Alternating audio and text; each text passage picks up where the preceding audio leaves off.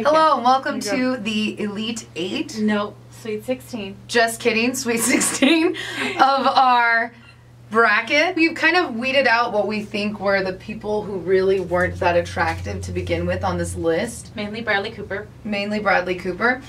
So now this is where it kind of gets a little bit more difficult for us because we have a real personal, close relationship, love affair with a lot of these people now. So, I got attached. I got attached. We really did. It's already hard. This one is hard because I love Jon Bernthal. I mean, I really hated him actually in Walking Dead.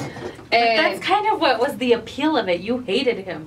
You love to hate him. But you loved it. Because it's like he was totally hooking up with his best friend's wife. That's totally not Rick's daughter. And then he... You don't think so? I don't think it's his daughter. Have we seen her with hair yet? Like, does she look like... I don't know. I haven't been keeping up on The Walking Dead. Okay. But I digress. Okay, that's not the point. The point is, okay, yeah, he's a really bad guy in Walking Dead, but that's completely on star power. There's a lot there. But Chris Pratt was in Parks and Rec. After Parks and Rec 2, he just became such a big star. You had him in Jurassic Park. He had a really big role in that. So I think if we're going to go on star power... He's really rising up. Yeah, I would have to go ahead and give it to Chris Pratt. Chris Pratt really wins that game. Oof. That's hard. Okay, I'm going to kind of go ahead and say... I'm going to go Chris Hemsworth. And the reason why is because he's super serious in... I love that Leah's already agreeing with this. Super serious in the first Thor, and even kind of the second Thor too, but in Ragnarok, he just kind of like came out as like a star. A hilarious star at the same time, too. Michael B. Jordan is a rising star who has a hunky, oily body. And I love it. I'm just saying. But he's also not that funny. Or at least he doesn't play funny roles. And I'd kind of like to see You can oil up Chris Hemsworth and make him nice and hunky and oily, too. So. Yeah, that's true. Okay, Leah. Yeah, he's funny. He's versatile. Yeah, versatile because Michael B. oily. Jordan is versatile. Not He's got oily. Those dreads in Black Panther. Yeah. Also those scars. I mean, he can work those scars.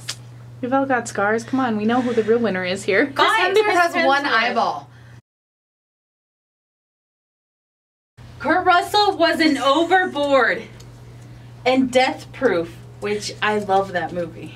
I don't think I've ever seen Death Proof, so I have no comment on that. However, I will go ahead and say Overboard is life. That is such a great movie. So I'm gonna go ahead and it's really hard because Sebastian Stan, I feel like he's gonna have an even bigger role in the new Avengers movies. So well, I'm sure we'll see more of him later on. But right now, this round is going to Kurt Russell.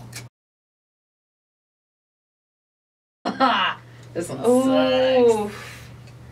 This is where we're going to fight right now. Samuel Jackson has been in almost every single one of the Marvel movies. He started out in the very first Iron Man, in that very like sneak peek scene at the end. He also does tons of Quentin Tarantino movies. He's also been in Star Wars. He has a lot going for him. He was in The Incredibles. But Andy Serkis is Andy Serkis. He's Frozone. He's Smeagol. Okay, Andy Serkis, if you go on star power with this, he also plays King Kong. He plays the giant gorilla in King Kong. He is Smeagol in Lord of the Rings. Samuel Jackson came out in Kong Skull Island. Okay, but like, he actually, when you look at his wide range of things that he's played, he can be an actual person, like in 13 Going on 30, being the boss, or he can be like in Star Wars where he plays like, what? What The Incredibles. He's Frozone.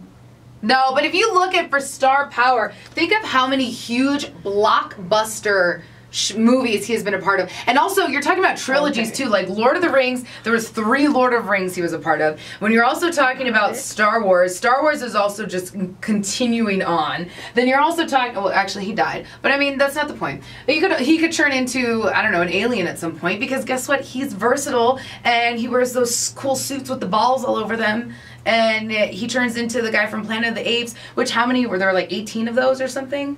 I don't know. He was also in The Hobbit. Yeah, he was in The Hobbit. It's like probably, I don't know, the spider? What? Gollum again. Yes. Oh, I forgot. Gollum's in that one too, man. Oh, yeah. And he plays Mowgli. Or Blue in Mowgli. He's gonna be Baloo. In the new movie, he plays a villain, but he's a funny villain. He looks actually really attractive. He's Samuel like, L. Jackson is funny. okay, who wins on the hotness? If we go with number one, who's hotter? I mean, Andy Serkis. Andy Serkis. Okay, out of the two of them, which one's funnier? In the roles in Marvel movies, which one was the funnier of the two? Samuel L. Jackson. Physical fitness, which one do you think would win in a fight? Samuel L. Jackson. All right, I am out. I think this one has to go to Andy Serkis. Woo! Just because when has Samuel L. Jackson ever played a cool role like Andy Serkis? All the time. All the time! Well, that's easy. I feel like we set up Paul Rudd really badly here. Yeah, probably. We did. I know, it's really In sad. any other circumstance, Paul Rudd would have advanced. But because he's going up against Robert Downey Jr. Yeah. I mean, he obviously won this one real fast, let's be honest. But unfortunately, you're going against Robert Downey Jr. You're going against Iron Man, and it's always, yeah. But thank you for your contribution, Paul Rudd. I mean, that beard, Chris Evans. Oh, God. The beard. I think if you were going to go ahead and go off of the movies, Chris Evans has a lot more. He has his own standalone He can be movies. funny, and he can be very serious. And he's adorable. And he so is a beautiful man. Unfortunately, we haven't seen enough yet of Winston Duke. Yeah. I think that he's going to advance next year in the games. But I think right now, we're going to have to go ahead and give this round to Chris Evans. Yep. Oh no! Joanna. State your case. I love them both. Jeff Goldblum. He's just been in everything. And for his age, he has aged like a fine wine. I want you all to know that I made two of these just because I had no idea who really would win this round. Well, I mean, Chadwick Boseman is amazingly beautiful. If you looked in the Marvel Cinematic Universe, I would go with Chadwick because he obviously has his own bigger role in the universe. Correct. So, but Jeff Goldblum also brings the funny in Ragnarok. And Chadwick Boseman's character is very serious. A lot more serious than Jeff Goldblum. But if you're looking also at star power in this, Jeff obviously has a way longer career. So we're adding there the Jurassic Park movies. But next year, Chadwick Boseman, I'm coming for you. So we're picking Jeff? You want to go Jeff then? Jeff Goldblum. I mean, Sam Rockwell has been in so many great films. Idris Elba. So has Idris Elba. But Sam Rockwell just won an Academy Award. But it's Idris Elba. Yeah, Idris Elba is Heimdall. So I mean, if you put it on the hotness level, there is no competition. Is beautiful, and he can save you if you're stuck on a mountain. Yeah, even if there's a mountain between you, he's gonna be there for you. He will help you out. He's gonna get an entire nation, an entire world, basically off of the I don't know whatever Asgard's on, but he's gonna save all of you, and he's gonna steal a sword at the same time. And he's gonna look beautiful doing it. So Talk about an oily, hunky man. Idris Elba won. Boom! And there's our Elite 8. Beautiful. No, is it? Yes. Oh. Yes. I didn't know that's what it was called.